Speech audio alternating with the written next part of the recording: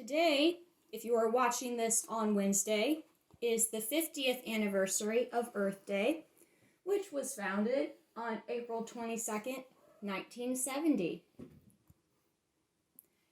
The photo you're looking at is called Earthrise, and it's there because it's really no coincidence that just a few years after this photo was taken, people around the globe were able to look at Earth from an outside perspective and really consider how we treat the planet we live on and share with other living beings.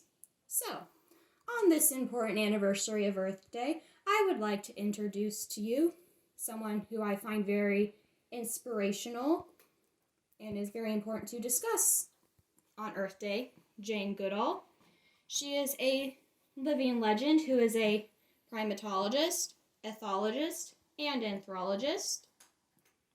I will share a quote with you as if I'm giving a middle school presentation from Dr. Jane Goodall. The greatest danger to our future is apathy. Jane Goodall was born on April 3rd, 1934, in London, England. At the young age of 26, she followed her passion for animals in Africa to Gombe, Tanzania, where she began her landmark study of chimpanzees in the wild, immersing herself in their habitat as a neighbor rather than a distant observer.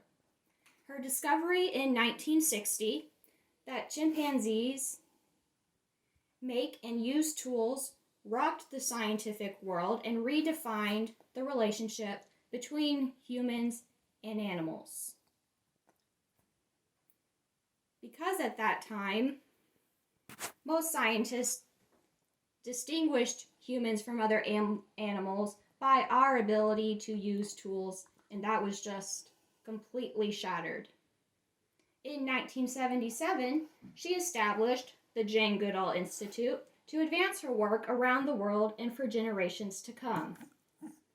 The Jane Goodall Institute continues the field research at Gombe and builds on Dr. Goodall's innovative approach to conservation, which recognizes the central role that people play in the well-being of animals and the environment. In 1991, she founded Roots and Shoots, a global program that empowers young people in nearly 60 countries to act as the informed conservation leaders that the world so urgently needs. Sorry about the cat. Continuing on. Show must go on. Today, Dr. Goodall travels the world speaking about the threats facing chimpanzees, environmental crises, and her reasons for hope. In her books and speeches, she emphasizes the interconnectedness of all living things and the collective power of individual action. She is a UN Messenger of Peace and Dame Commander of the British Empire, because obviously she was born in England. The next chapter of Dr. Jane Goodall's life work unfolds in a brand new documentary, Jane Goodall, The Hope, which will premiere tonight, again if you are watching this on Wednesday, on National Geographic Wild, or if you have Disney Plus, you can also watch it on Disney Plus, depending on if you have that. Lumos.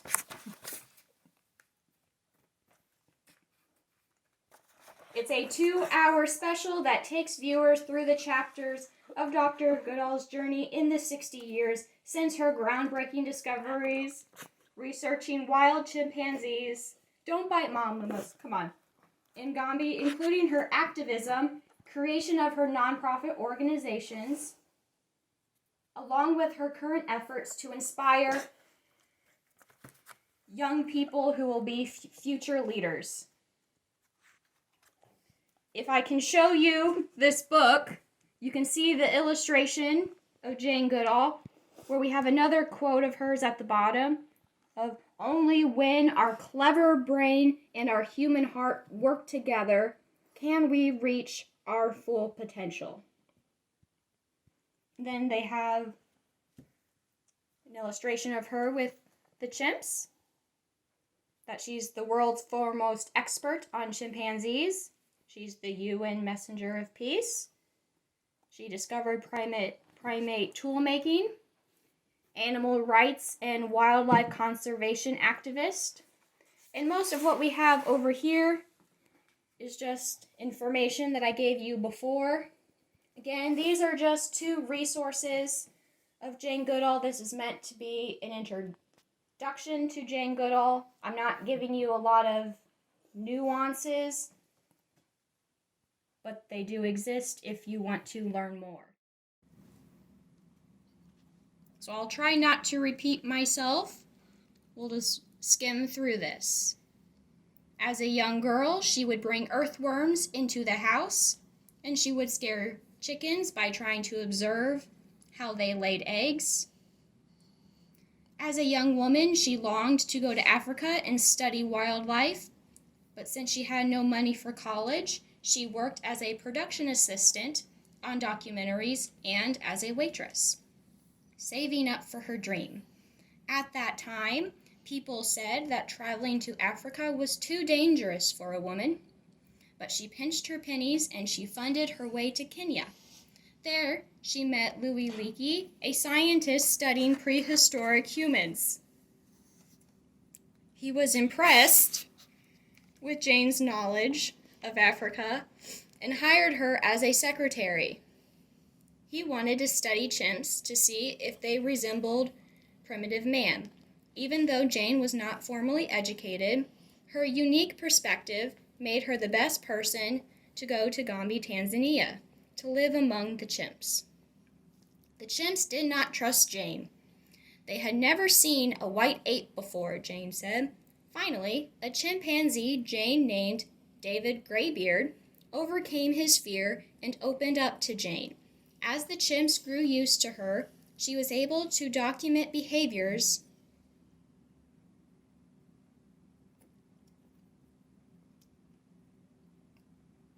never seen before, such as using twigs as tools. This was huge because scientists used to think that only humans use tools. Now we understand that chimps are more like us than we thought. After Jane's famous discovery, she was sponsored by the National Geographic Society to stay and continue observing the chimps. Through her research, she showed the world that chimps have complex social hierarchies, distinct personalities, and capacity for both compassion and cruelty. They are socially and biologically very similar. Lumos, do not bite mom. Hold on.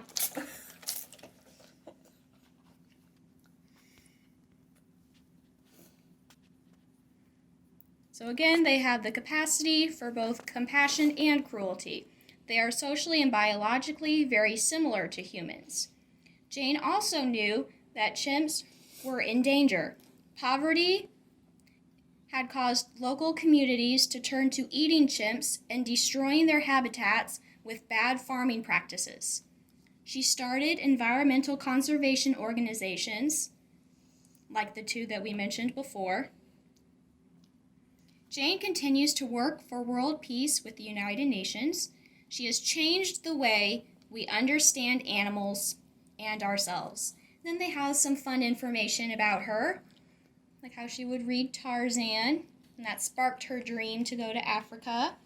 She would name the chimps that she was studying, which is not something we would usually do today. So that's a little fun tidbit of information. The TV specials on National Geographic about her are what made her famous. She still has a stuffed monkey from when she was a child. I think that's adorable. She brought her mom along on her first stay with the chimps, and she saw compassion in the chimps when a male adopted an orphan chimp as his own. So again,